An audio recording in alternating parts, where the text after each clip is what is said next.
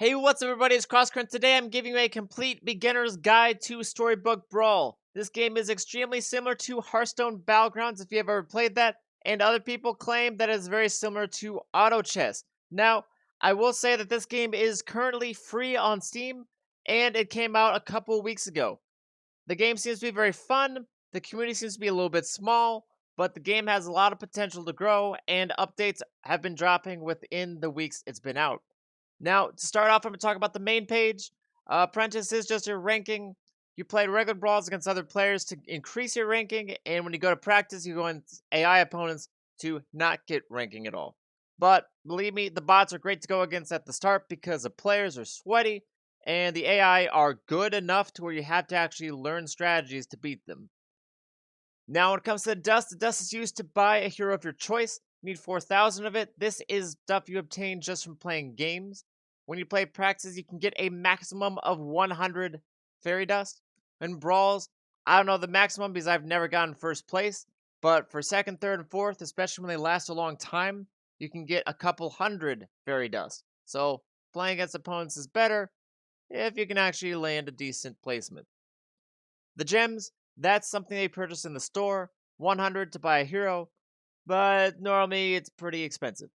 The crowns, you have to get first place to get these. I have not personally ever gotten first place because there's a lot of people who have played a lot more, who know the meta, who just grind the heck out of this game. But with the community growing, there's much more of a possibility that you can get first place and you'll face people within your rankings. Now, when you go to the collection, you don't really have to check this too much. It'll give you 4 options for heroes at the start of the game, 2 that you own and 2 that you don't. But it will have some unknown characters on the side that you do have characters. So like on the left side, it'll have 2 characters that you already own. Right side, will have 2 characters you don't. Now, if you look through here, you notice that, oh, there's only 8 characters. One being Loki, which I already purchased. That's weird. You go to unowned, and there's characters that are technically owned, but they show it in this category for whatever reason. I'll go down the list of characters that are technically owned already by you. Beauty, Ella the Cruel, Grandmother, Mad Catter, Merlin, Mordred, Morgan Le Fay, Muerte, Pop the Magic Dragon, Pied Piper, and that is it. Also, I already got one of the other characters, but for some reason, it's not showing up at all. Definitely look at those characters, figure out what you want to do, and you start off in the game with 4,000 fairy dust. Be sure you look here to see which one you want, rather than being like me and just getting Loki right off the bat because, oh, it's cool, it's Loki, he's gotta be good, or the random effect destroyed me. It's really not that good. If you want to get tips on the characters that are the best, the heroes, or if the metas, you can just head down the Discord here. That'll help you out a lot. And we go to the store page. Like I said earlier, they have gems they can get here, but the pricing is pretty crazy. So you can pay $7.50 to basically get one hero more. I would suggest the early access pack. It's $5. It gives you 300 of these gems, which is, you're saving 15 bucks. You get a bunch of emotes and crap. You get a goofy frame. Why not?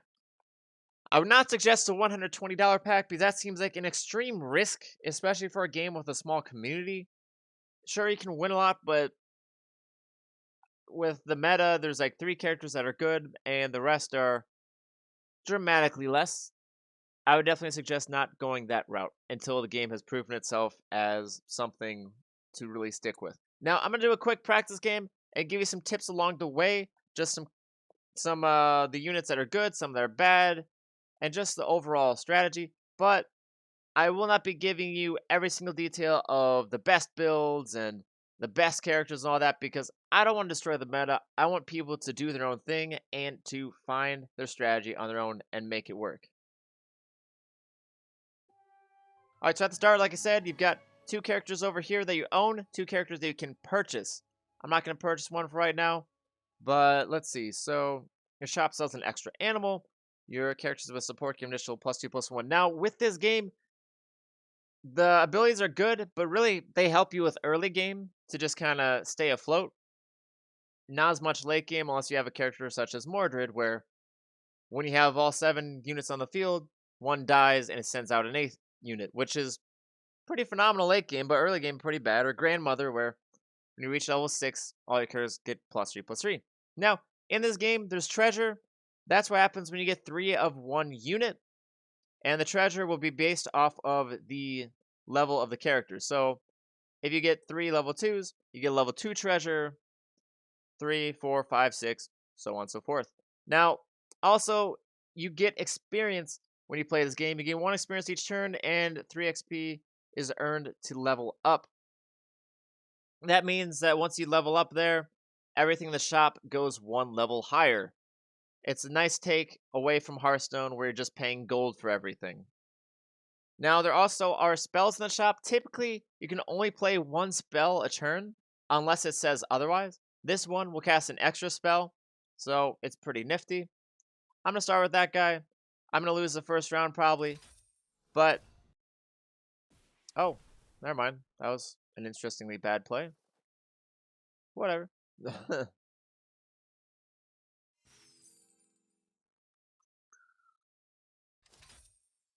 So early game, I find that you really want to be going for the treasures. If you can get some quick treasures, it is phenomenal. It'll help you just completely soar to late game.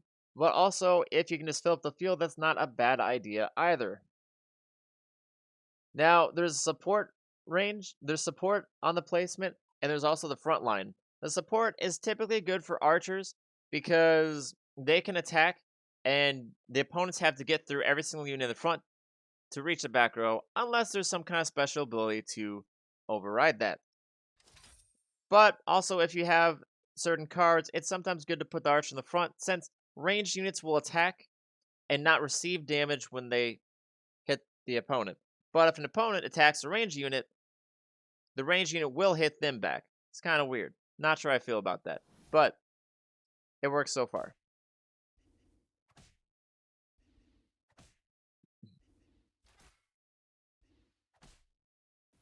When you go against bots, don't get discouraged. They're pretty good. Definitely go for late game. Don't just go for early game and then give up. That's not a good idea. Now, definitely look for combinations if you can in this game. It's like this character, whenever I buy or summon an animal, it gets +1 health permanently.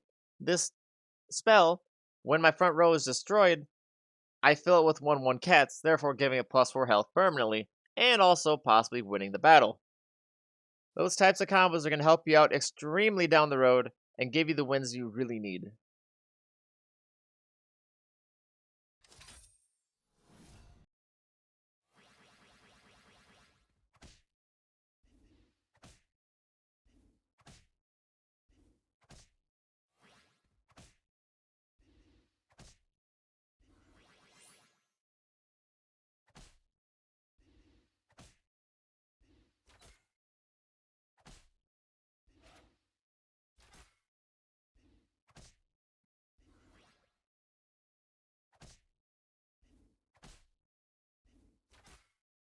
Now, typically that Mixed Whistle spell, although it seems random, it's phenomenal early game because you have so many high level characters and you don't, most likely do not have your build set up properly yet.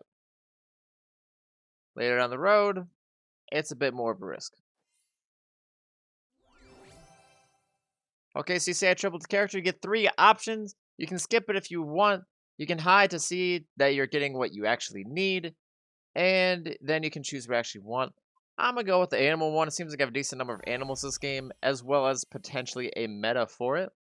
Now, if you see why I picked up this character, it's because this character has a unique quest. Unlike getting 3 of them, you can get that quest finished just by finishing whatever it says, which was slaying 3 enemies.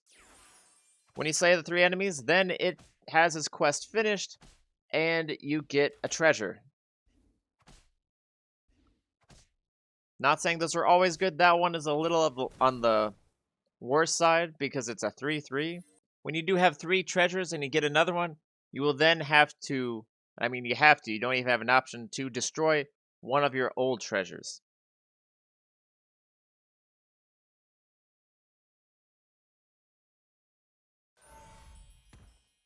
Alright, so I notice that my strategy is not working very well anymore. It's probably good to start switching something up. This guy has not worked yet. Be willing to get rid of what isn't working early, or you might suffer for it late game.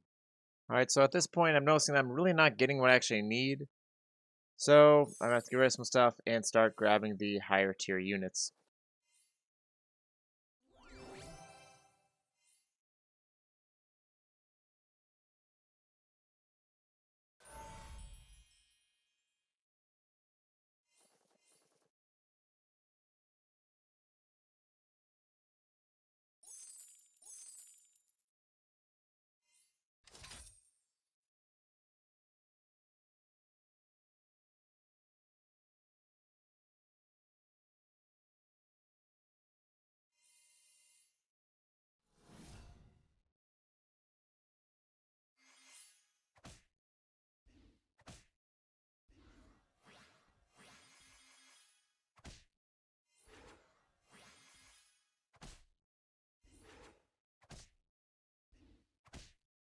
The level 6 characters win games.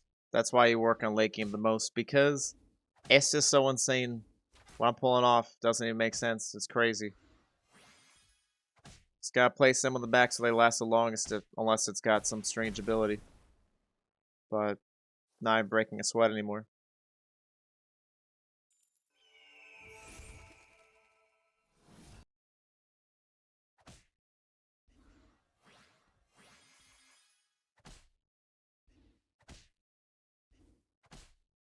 If you're ever trying to beat the AIs at the end game, they might have something ridiculous on the field, but later on they actually get rid of their strategies because they pick up more level 6 units, even if it doesn't make sense.